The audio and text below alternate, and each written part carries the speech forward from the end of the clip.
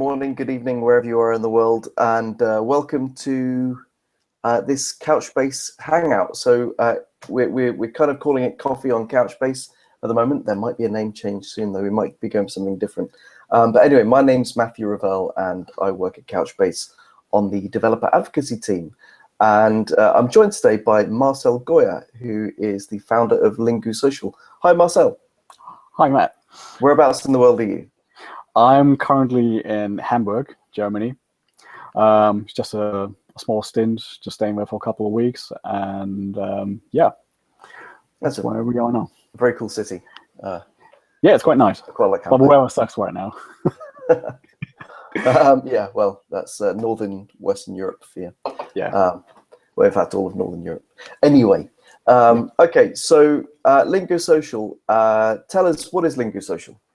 Lingusocial is basically pretty much like Skype Translator, but it's completely platform independent. So you can make outbound voice calls to basically any telephone number in the world, and it will basically translate your call automatically in up to 28 different languages. We have a telephone system. It's basically an offline calling feature. Yeah, it's basically for places where you don't have internet access, and we also have, or we're going to have an iOS app very soon as well. Wow, so that's pretty cool, really. So real-time translation. That sounds like something from a sci-fi movie. How long have you been working on this? I've been working on this project for roughly 2.5 years now. Right. Okay. So it's been a while. And so describe to me. So I speak English, and I want to speak to a German colleague who doesn't really speak any English.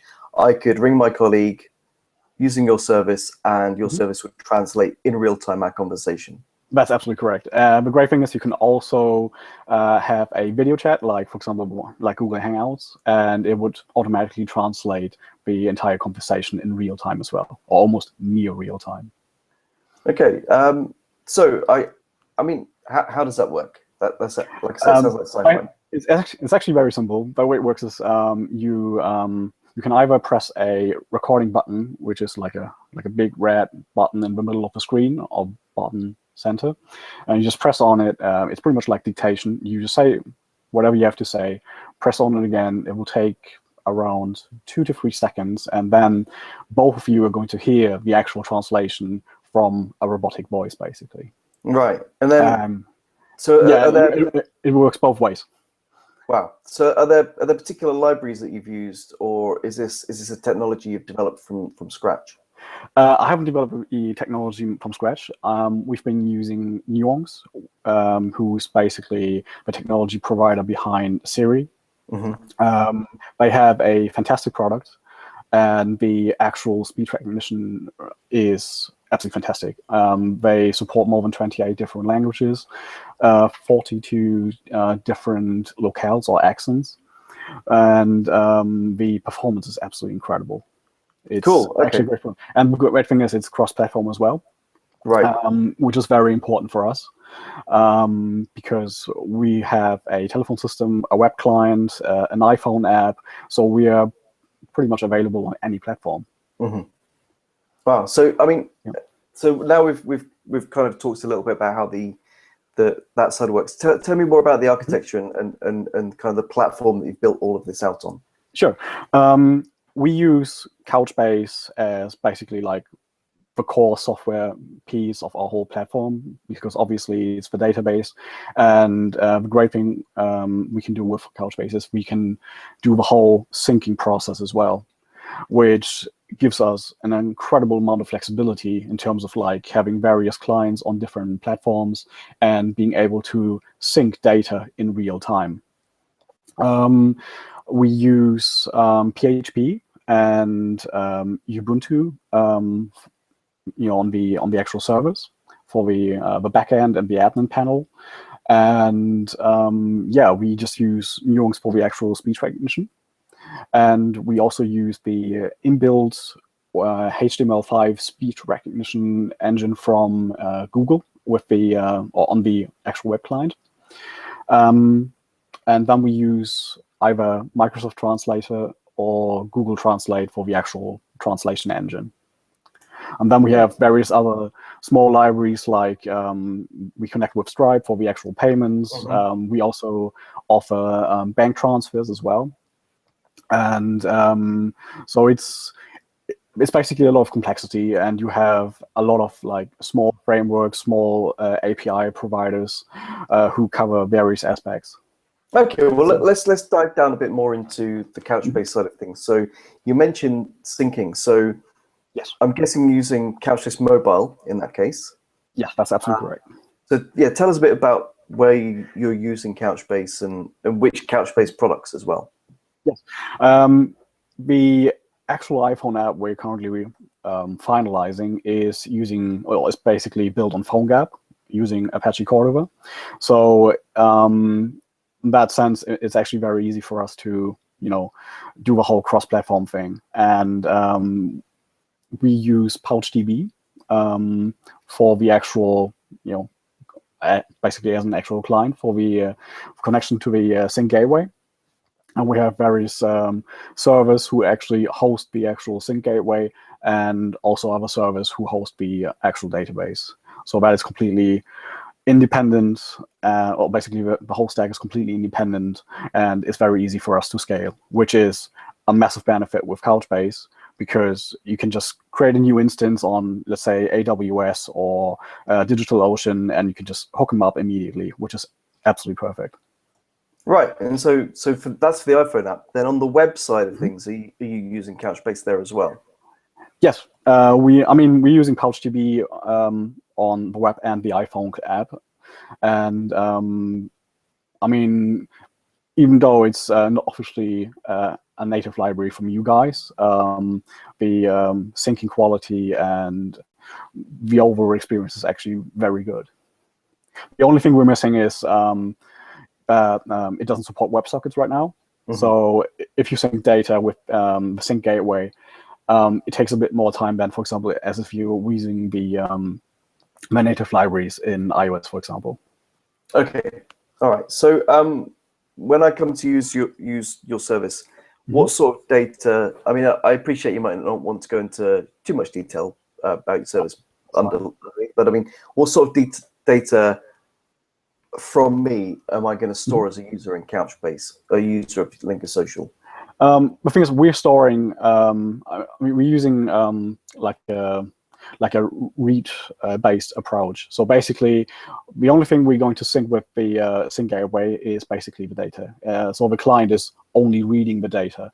When it comes to, like, for example, sending instant messages or sending out VoIP call requests or something like that, the client is always going to request permission from the server, and the server is going to create the database, the object in the database, and then it's being synced back to the actual client. I thought it's actually more efficient in terms of like security purposes. So every time you create an API request, the server is actually going to check if, for example, the account is still active, if the user has been disabled by us or whatever, because we actually had the case during the initial beta that we had a user from China who actually committed credit card fraud. And we didn't really have these checks in place, but I've noticed it because Stripe actually sent us emails constantly for each transaction. And then I was basically able to, disable the account and stuff. And that was the main reason why we decided to stick to only using a read-based approach. Right. So you're doing on the back end, you're doing some kind of checks which then disable or enable an account using what the PHP SDK for Couchbase Server, would that be? Exactly. We're using Nickel and the PHP SDK on Ubuntu quite heavily. Right. I mean, I don't know if you want to go into the Nickel. I really do. I do. Yeah, I do. Fantastic. To be honest, I absolutely love Nickel. It's fantastic. I mean, I've been working with MySQL for more than 10 plus years, and the biggest problem I had with NoSQL in general was basically that you had to create queries with arrays and stuff, and it really kind of sucks because I worked with MongoDB before, and it was always a pain in the bum. And when I heard that Couchbase is going to, support SQL queries in NoSQL, that was just terrific. And I've basically used it from day one. So basically, since you actually launched the first beta, and it's absolutely great. The performance is great if you know how to use the indexes and stuff, and the keys, and like with normal SQL as well.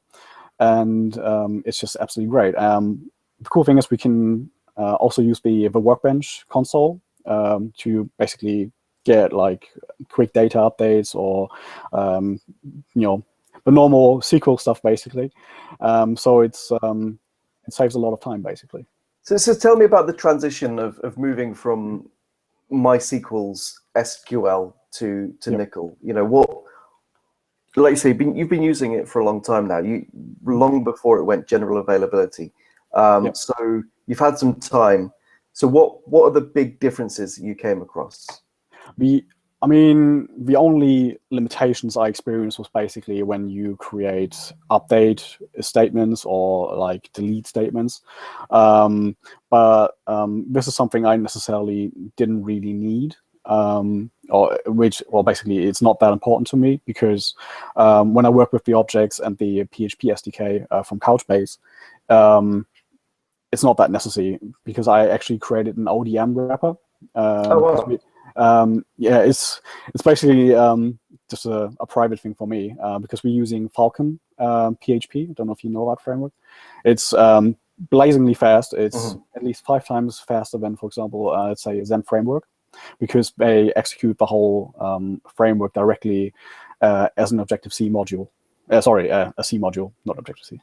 Too much iOS work, I guess.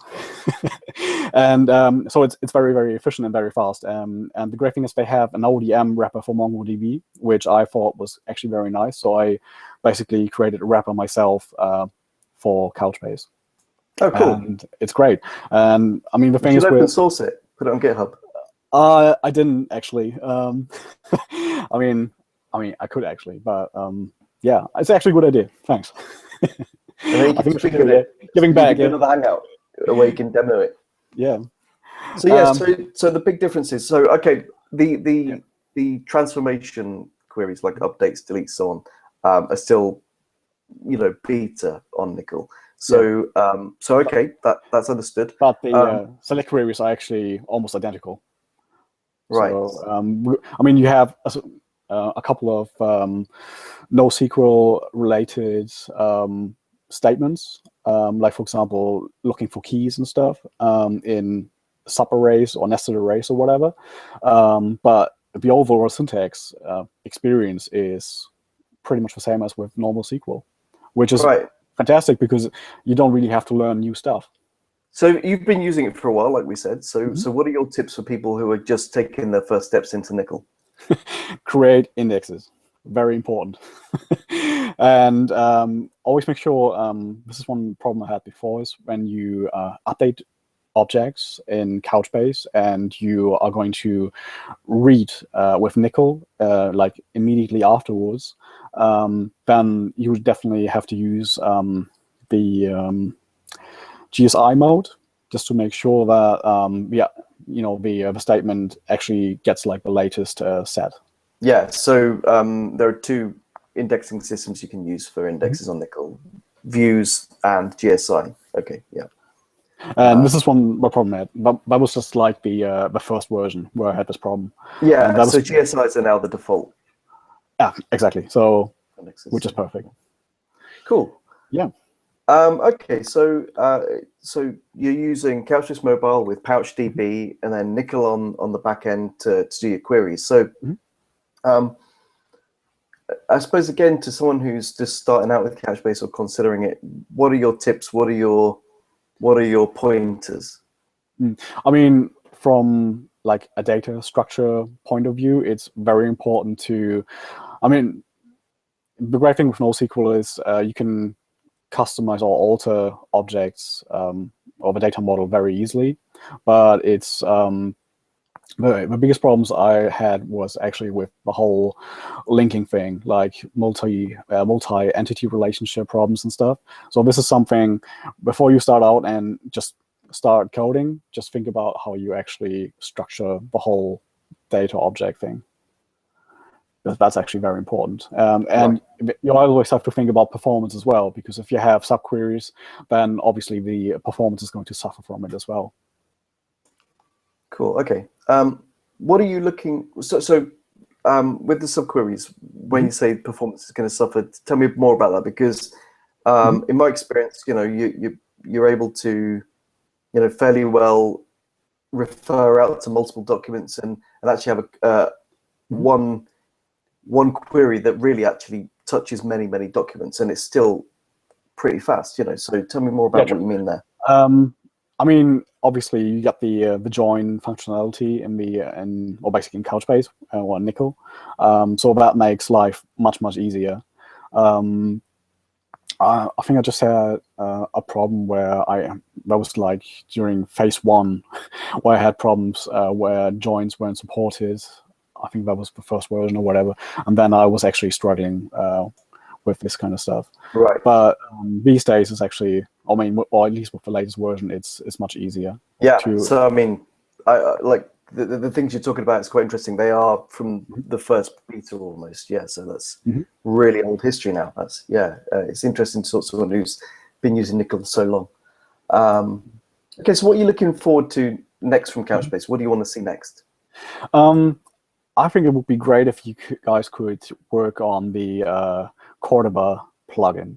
That would be, well, at least the Cordova SDK. That would be absolutely tremendous, because there are a lot of companies or people out there who work with Cordova or PhoneGap in general, and unfortunately, there are a lot of providers out there who don't really support hybrid apps. This is one thing which would basically be absolutely fantastic. But apart from that, I mean, the documentation is absolutely outstanding now, especially with the iOS SDK. You also put a lot of performance tips on the actual website when it comes to like porting, like, for example, the sync gateway or the server into production mode. So yeah, there's not really much to wish for. Okay. All right. Cool. Well, okay. So what's next for Lingusocial then? Just as we wrap up. Yeah, just launching by the end of December, or latest beginning of January. And the problem is we are basically a small team, so it's kind of hard for us to finish all these features on time, because we're not obviously Skype and stuff. So, but yeah, just launching it, and just see how people are using it. I mean, that's going to be very interesting. Cool. Where can people find out more about Lingusocial? Just go to the website, lingusocial.com, and we're also on Twitter and Facebook as well. Great. Well, thanks, and best of luck. And do be sure to tell us more about your Couchbase story as it evolves. So, Marcel, thank you very much. Thank you.